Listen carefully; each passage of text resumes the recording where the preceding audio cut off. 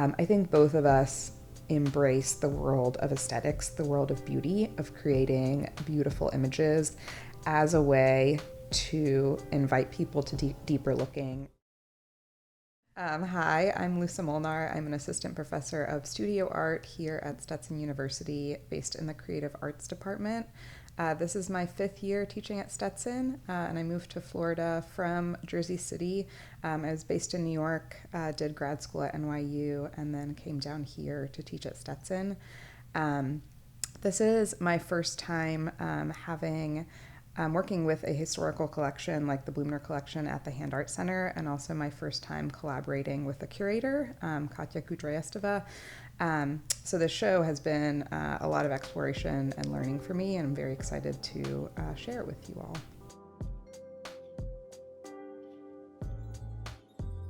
Yeah, so I call myself an artist and an educator most primarily. I think those two roles are really aligned. I think the best art educators are ones who have a really active studio practice, because it influences the way that you're able to speak to students about their work and about your work. So the education portion of kind of my identity, my job, is really important to me, but I also primarily am an artist. I mostly am a painter. I often say I'm a painter most days. I'm very committed to the language of painting, to the history of painting, to the sort of the long conversation that is the world of painting. So I'm making paintings, but I'm also doing site-specific installations, working with sculptural work, and a little bit of that has bled into the show, as you'll see, in terms of shifting the space away from a white cube gallery space into one that feels a little bit more lived in, a little bit more context for the work. There's a lot that I'm drawing from. In this show in particular, it's starting from a very particular historical event. So in working with Katya, she came up with this really wonderful conceptual framework that relates really strongly to the work of Oscar Bluemner, to this collection, but also to concerns that I've been thinking about as an artist in the last couple of years. So I've been thinking a lot about labor movements, labor rights, and particularly how they relate to women's experience in the U.S. in the last few years. And Bluemner was not necessarily an overtly political artist, but was making work in Paterson, New Jersey, during a time where there was a big labor strike, so the 1913 Paterson silk mill workers strike. And so Katya kind of framed out this really interesting connection between that and some of the things I was working in with the paintings. So this exhibition really draws from a very particular moment in history, a very particular event. And that historical grounding is something that's often present in my work, but it's usually not so targeted and not so specific and kind of narrowed down. But from there, I think of networks as kind of a really helpful framework. So not isolated events, but thinking about how specific history, specific figures, specific events relate to our present day in different ways. And sometimes those connections are very obvious. Sometimes they're a little bit more opaque or oblique.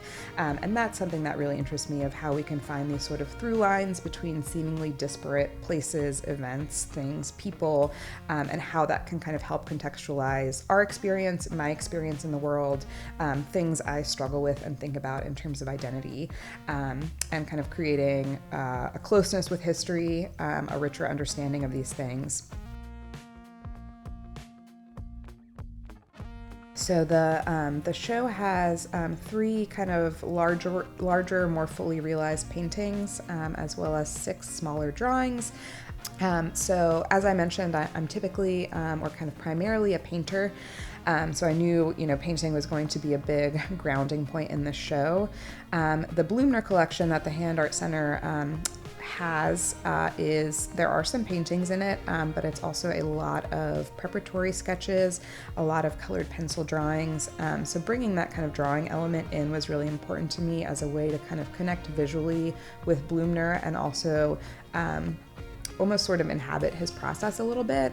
Colored pencil is not a medium that I've worked with really, I think, ever in a serious way in my art career. I do draw, not super frequently, and so shifting away from painting and thinking about color in a sort of a more discreet way that colored pencil kind of forces you to do.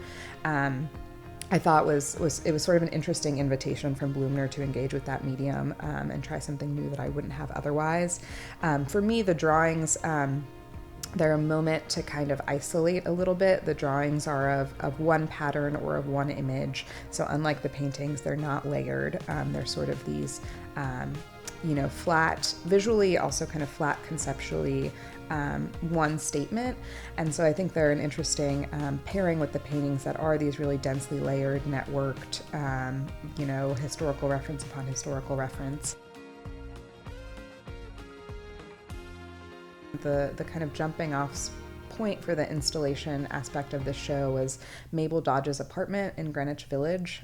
Mabel Dodge was kind of an interesting figure in terms of the 1913 Patterson strike, in that she was this fairly wealthy or quite wealthy intellectual who was a big supporter of artists, of kind of radical thinkers. So she hosted these salons in her apartment where she would gather all these artists, these thinkers, who were not necessarily strikers themselves, but were supportive of the strike, and this kind of connection of sort of the artist, the intellectual, the elite, and ways in which they can support both successfully and non-successfully kind of class struggle was a really interesting point for me. So this idea of, this kind of turn of the century New York, little bit bohemian apartment with like rich colors and molding and designs was really interesting to me. The paintings themselves, my process is long and kind of torturous, so there's a lot of layering and editing and scrubbing out and redoing. All of them kind of started with a seed of an image that is some way based in strike. So kind of the largest, the sort of central piece of the exhibition uses as its first layer the poster design, an artist designed poster from the Patterson pageant, which was while the Patterson strike was going on, these artists and intellectuals, in an attempt to kind of raise awareness for, raise support of this strike, decided to stage a pageant or a play at Madison Square Garden, starring the strikers themselves as strikers. And it was this massive production. John Sloan painted a 90-foot backdrop of the silk mills as the set piece for this production. And again, I think has really interesting connections between this idea of what art can do politically. And so that is kind of the starting point, the base layer for this painting. And then it all kind of, starts to tumble and roll from there. There's a couple things. One sort of direct and easy answer is, there is kind of a site-specific installation element to this show. Painting of the walls, doing kind of this molding, all of that. I have some idea in my head of what it will look like, but it's always kind of a moment of transformation once you rip off the painter's tape and get the cardboard out of the space and actually see what that final thing looks like. And then what it looks like with people in it, right? This kind of actual activation and engagement of the space. So that's something I'm really looking forward to. What are the emotions and thoughts and feelings behind getting it in person? It feels good. Install it for me is always a little bit of a frenzied chaos.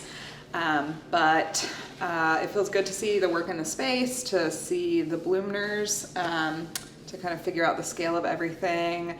And see the space starting to transform. Mostly feels good. It will feel better when it's all done. I'd also like to thank my studio assistant, Natalie Thomas, who is currently a junior art major here at Stetson and has been working with me all semester to help me in the studio and help support the creation and installation of this exhibition. She has been enormously helpful and wonderful to work with, and we would not have been able to put on this show without her. So thank you, Natalie. So how does it feel seeing all of this come together after working with Lucia on it for so long? Exciting. I haven't seen all of the pieces that she's made yet, but I'm super excited to, and the molding is like I don't know, I've never seen an exhibition with molding before, so I just think it's really special, and I don't know, everything she does is super great, and I can't wait to see it come all together. So yeah, exciting. And then working with the Hand Art Center is always a pleasure. It's so nice that we have this space, literally a stone's throw from my office where we're doing this interview right now. The student staff is always wonderful and so professional, and the director is Natalie Thomas is really open to collaboration, open to ideas, very willing to do whatever needs to be done to kind of execute an artistic vision, which is what you hope for with most art spaces, but is not always the case. So it's also been a real pleasure to work with her as well.